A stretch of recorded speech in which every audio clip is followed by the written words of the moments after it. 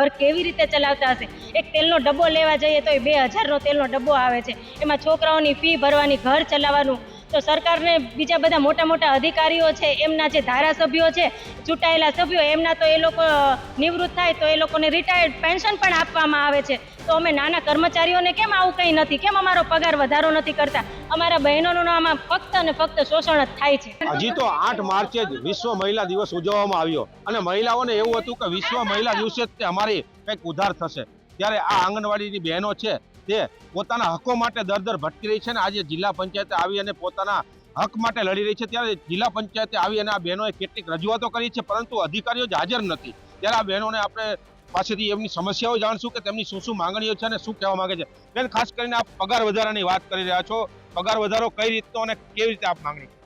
અમારો જ્યારે પગાર વધારો 2018 પછી અમારો પગાર કરવામાં નથી આવ્યો। બધા જાણે છે કે અત્યારે મોંઘવારી કેટલી છે। અમારા આટલા નાના પગારમાં અમે ઘર કેવી રીતે ચલાવતા હશું? અને હેલ્પર બહેનોની વાત કરીએ તો બિચારા 5000માં એમનું ઘર કેવી રીતે ચલાવતા હશે?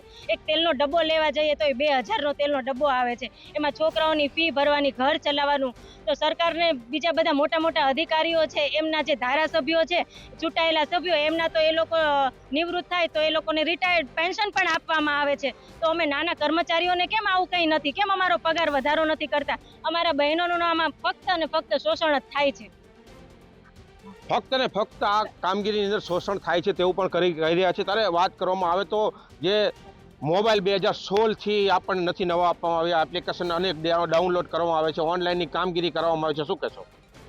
અત્યારે તો હાલ અમે છે ને 4 તારીખથી અમને ઓનલાઈન કામગીરી બંધ કરી છે। અત્યારે અમને પરમ દિવસેથી શનિવારે અમારે છે ને માનસિક ટોર્ચર રીતે જે સુપરવાઇઝર અને સીડીપીઓના તે મેસેજ પડે એટલે બેનોના મનોબળ તૂટી જાય। એટલે અને એ લોકોએ બીજી એપ અપનાવી છે કે જે એમના ફોનમાં ફોટા પડ્યા હોય તો પોતે જ કાઉન્ટ કરે છે અને અમારા બહેનોનું મનોબળ તોડે છે। એટલે આ માટે એ લોકો એક્શન લે આગળ। નવા મોબાઈલ આપશો તો અમે આગળ કામ કરીશું ને હાલ અમારી ઓનલાઈન કામગીરી બંધ છે।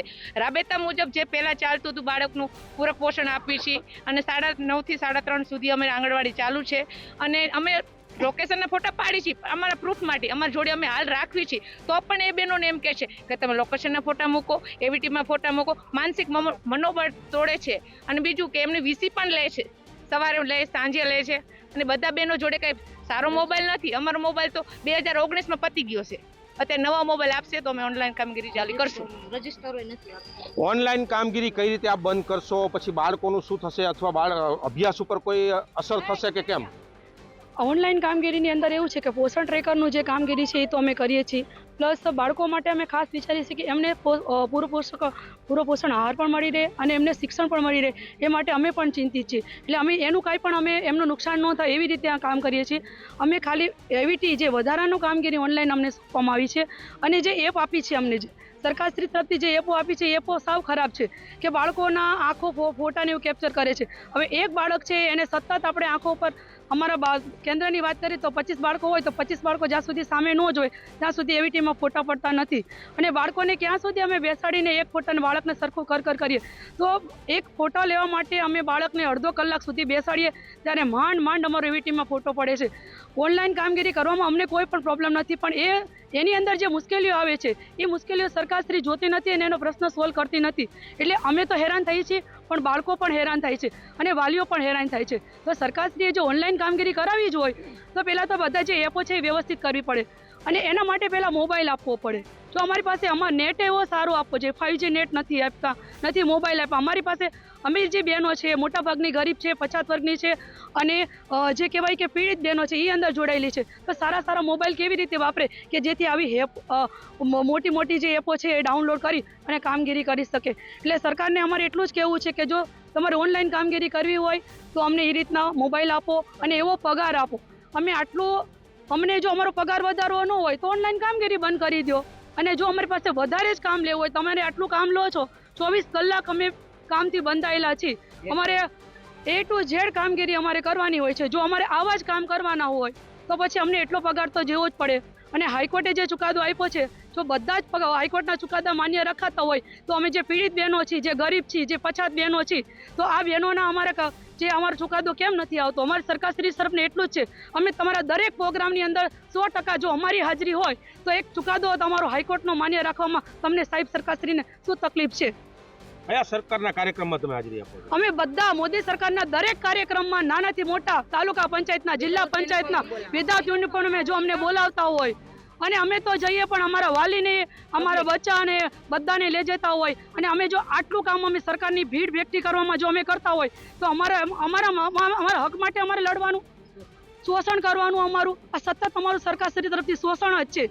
બરાબર, જો સરકારનું અમે માનતા હોય તો સરકારે અમારો અમે તો ખાલી એક જ માંગણી છે કે અમારા હાઈકોર્ટે જે ચુકાદો આપ્યો હોય એ જ તમારે કરવાનો છે, બાકી બીજું કરવાનું નથી. તમે જો આટલા મોટા પગાર ફટફટ તમારા કાયદા તરત બની જતા હોય તો આ તો ચુકાદો હાઈકોર્ટે આપ્યો છે, તો પછી તને એમનો અમલ કરવા માટે શું વાંધો છે એ જ અમને ખબર પડતી નથી. અસ્તુ. ખાસ કરીને તમે કહી રહ્યા છો કે અધિકારીઓ તમને દબાણ કરે છે, અધિકારીઓ કઈ રીતના દબાણ કરે છે અને કઈ રીતની તમારી પાસે કામગીરી લે છે? અધિકારીઓ રોજ સવારમાં મેસેજ મૂકી દે કે આ કામ એવીટીમાં ફોટો પાડો, ફોટો કેપ્ચર કરો, પછી MMY નું વિતરણ કરો અને કામગીરી તમારે કરવાની છે તમામ.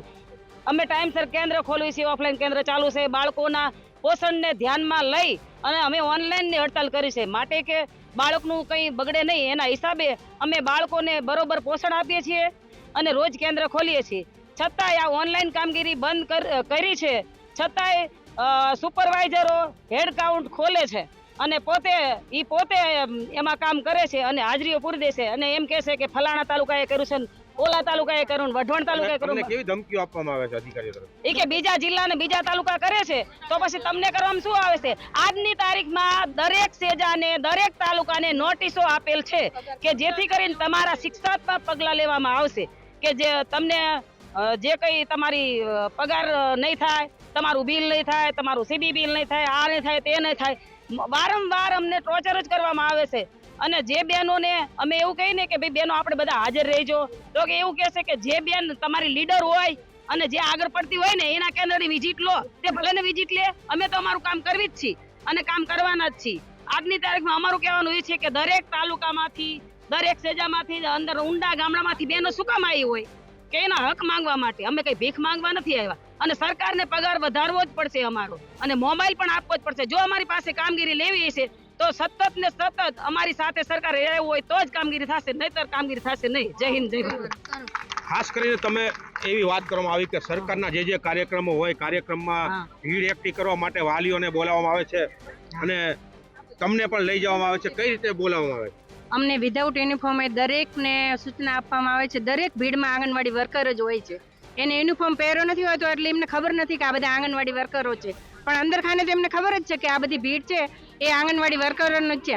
હમણાં કમલમમાં પ્રોગ્રામ હતો એમાં કોઈ હતું જ નહીં, કારણ કે અમે કોઈ આંગણવાડી વર્કર ગયા જ નથી, તો કેવી રીતના હોય? અત્યાર સુધી એમને ખબર તો પડી હશે કે આ જે આવે બધા આંગણવાડી વર્કરો જ હોય છે.